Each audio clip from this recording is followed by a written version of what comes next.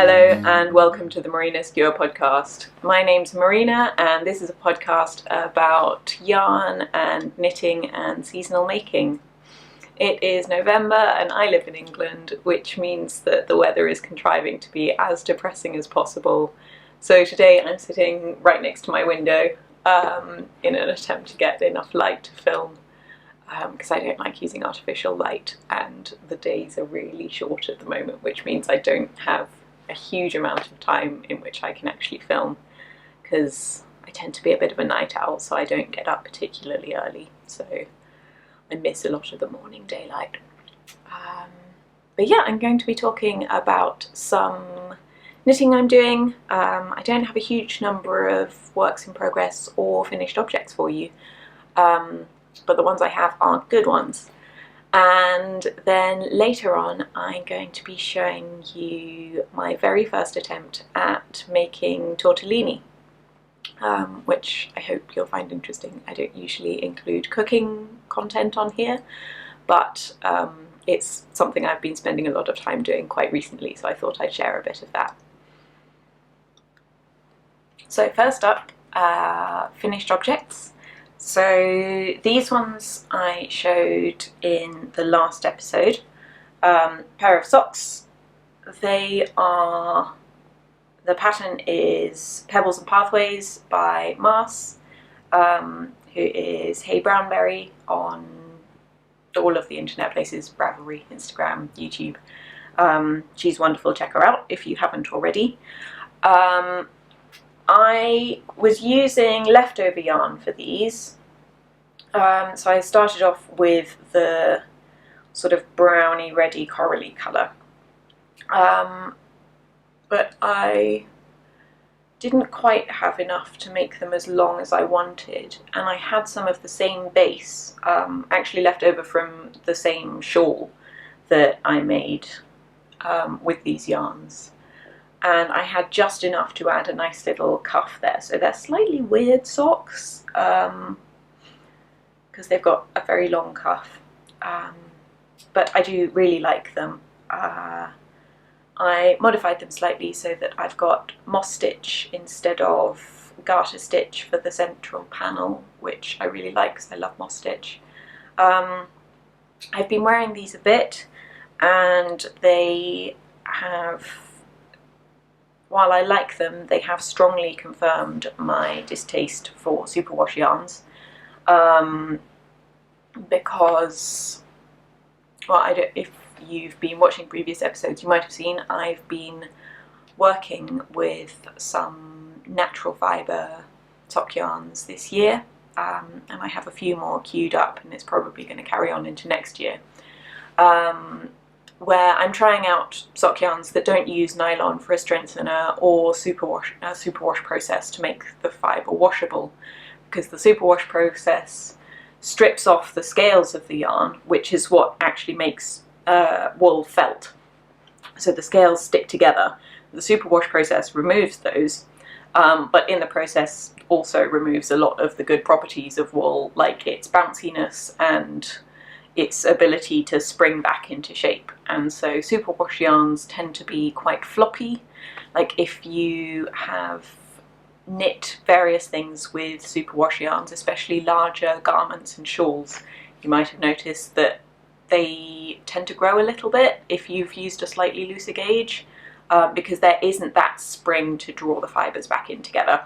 And also part of the process is sort of laminating the wool, so it does have a plastic coating on the yarn, which is why it takes colour so beautifully, and is often how those amazing bright speckles and things are achieved on a lot of indie dyed yarn. So while it does have its advantages, it means you can throw things in the washing machine without really having to worry about it. I find it removes a lot of the good properties of wool, and I'm also just not that keen on the process, and yeah. So yes, I'll be continuing my search for natural fibre sock yarns. I've got a few ideas for patterns coming up, and I've got some skeins queued up, and I'll be showing those in future episodes as I work on them. And the next finished object is not knitting at all. It is in fact the trousers that I am wearing. I'll stand up so you can see them. You won't be able to see a huge amount of them, but they've got a completely straight leg, just because you're not really going to be able to do that. There you go. Doing the podcast gymnastics again. So these are made from some quite old cotton. It's cotton velvet. So my parents used to run an interiors shop, and for a while they sold some very nice high quality fabrics, and they used to have large samples in the shop so that you would be able to see the effect of the fabric en masse for things like curtains and upholstery. And when they stopped selling fabrics, they ended up with a lot of the samples left over. My mother used to use them for making various things around the house, and this particular one was used for like a sofa throw for quite a long time, but I have reclaimed it because I've been wanting to wear a lot more velvet recently. I think it's something that's really nice for winter. Like, it's really, really thick fabric, so they're actually very warm. And I've got pleats, I've got pockets.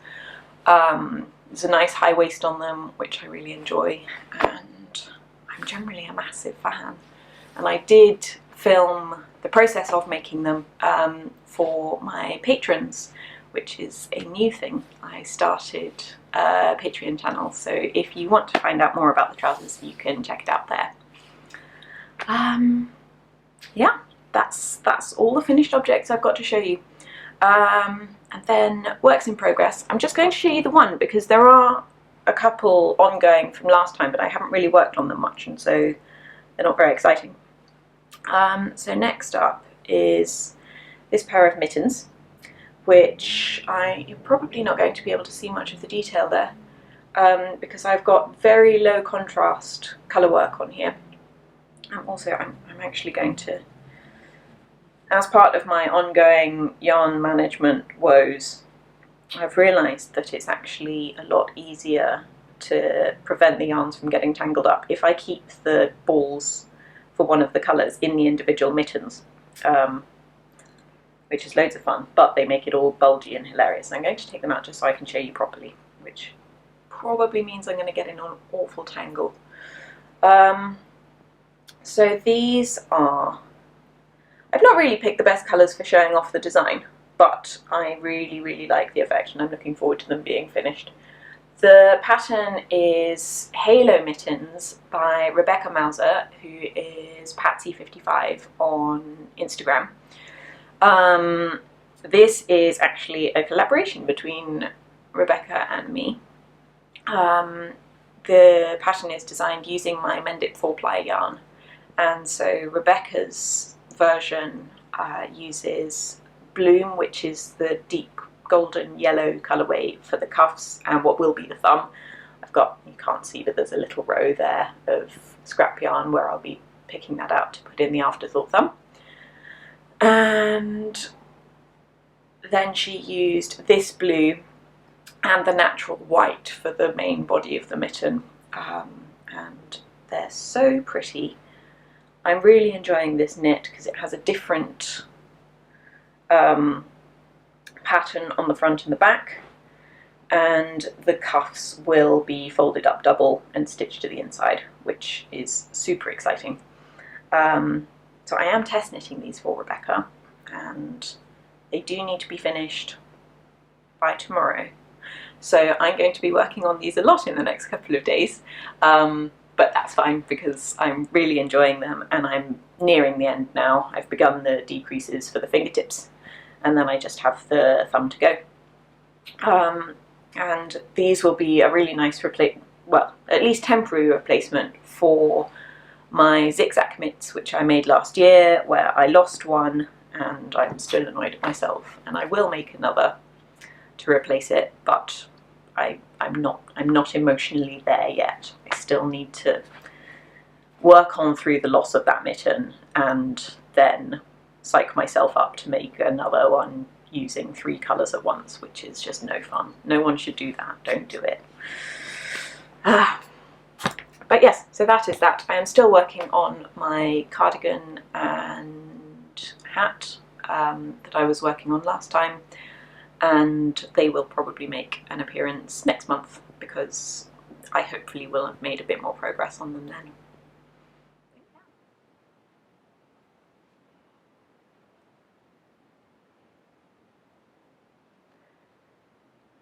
So I'm just going to be working a few rows on my mittens here. So you can see that I'm working with 2 colours. I have my main colour in my left hand and my contrast colour in my right hand. I'm actually swapping them over on the other side of the mitten, just because I like the way the colour dominance works better for that particular pattern. So the pattern on the front of the mitten is sort of a blurry kind of snowball type thing. The pattern's called Halo because of these sort of glowing sections of colour that fade into each other, and it's a really interesting effect that I'm quite keen on, and it means that the colour work is slightly different to usual because I generally do colour work with fairly geometric patterns that have quite obvious repeats, whereas with this one I have been checking the chart a lot more than I usually do, just to make sure that I am on track. So you can see with this one, it's got this wavy pattern in the contrast colour, which I'm really keen on. And I just like the way the contrast colour pops a bit more there if I use it as the dominant colour, so hold it in my left hand rather than my right. I used to do, well, I've done colour work in various ways. When I very first started out, I used to knit only English style, so holding the yarn in my right hand, and so I would drop the colour I wasn't using and then pick it up when I needed to use it, which is fairly slow and played havoc on my wrists. And so now, well, after that I switched to continental. For a while I tried knitting with both colours in my left hand using a Norwegian knitting thimble, which you will have seen if you've seen previous episodes. And recently I've been preferring just using both hands because I've sort of got to grips with my English style a bit more so that I can do it without hurting myself. I do have quite weak wrists and have to keep an eye on them to make sure that I don't injure them with hours and hours of knitting. But this method seems to be working quite nicely.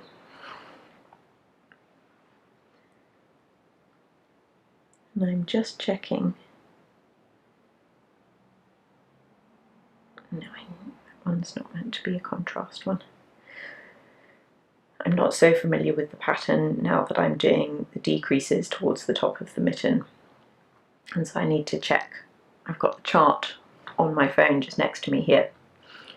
I tend not to print out patterns. I will use printed patterns if they are in a publication, in a magazine or book that I have, but for digital patterns and for test knits and things, I will almost always work from my phone because I find it easy to carry around with me, and I can zoom in on the bits I want and scroll around quite easily, and I find that is a better way for me and it doesn't waste a load of paper. And then I often if I need to keep notes on things, I will often have a notebook with me while I knit, so that I can keep track of rows and various other bits of pattern stuff. Yeah, we do have a decrease here.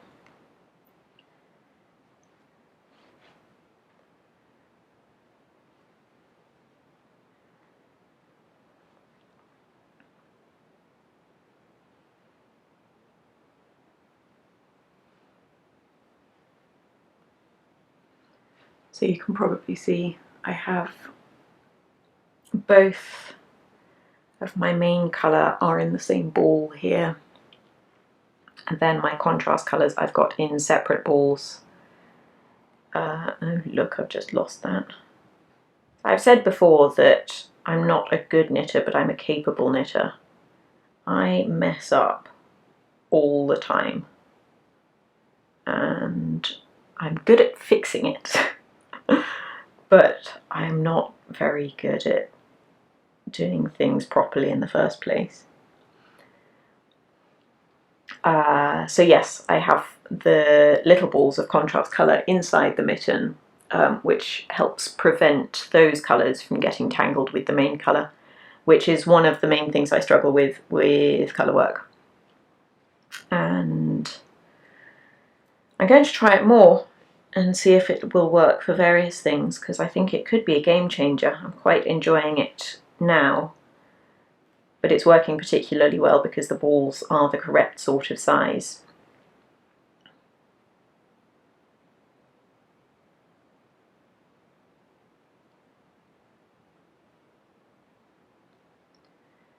And here I am chatting away and not paying attention to my pattern.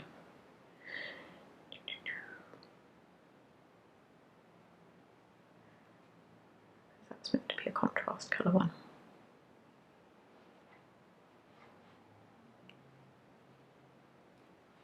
There we go.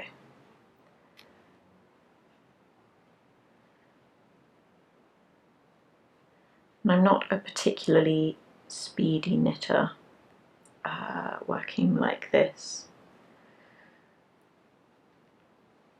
but I do rather enjoy it.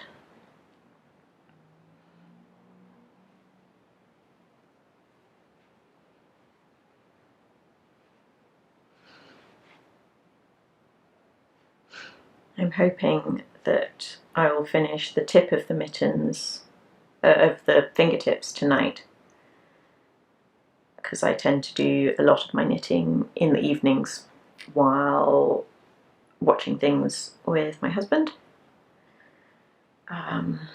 Curled up in the corner of the sofa like this is how I often do my knitting. Sometimes at my desk on breaks during work though, unless things, like occasionally I do knitting that actually counts as work, like this, although it is using my yarn, and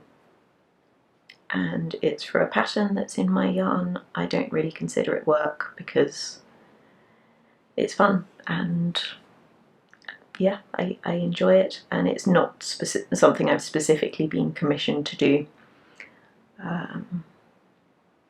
Whereas there are certain commissions and things that do count as actual work.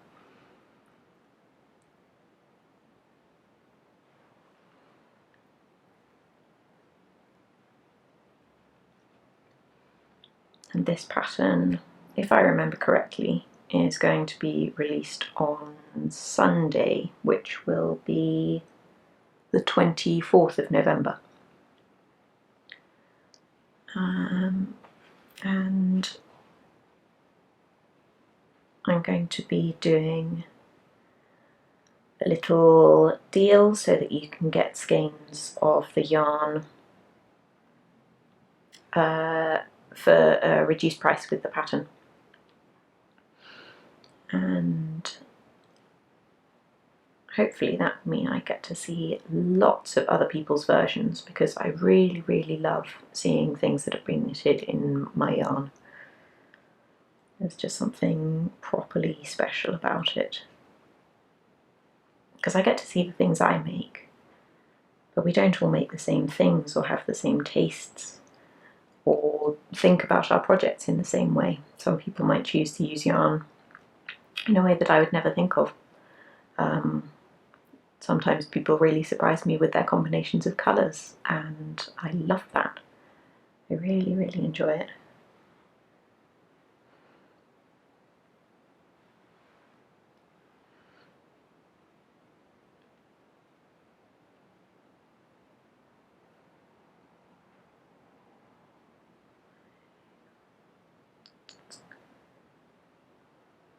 I think that one is now meant to be a contrast colour.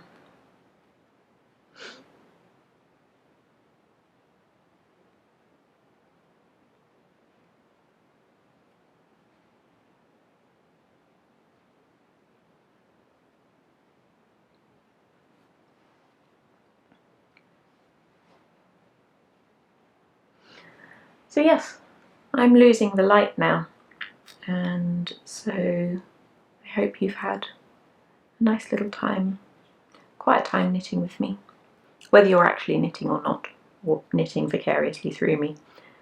And yes, I'm looking forward to seeing these finished. And as always, project details will be on Ravelry. And this colour on the cuff is the same colour as I'm wearing, which I quite enjoy.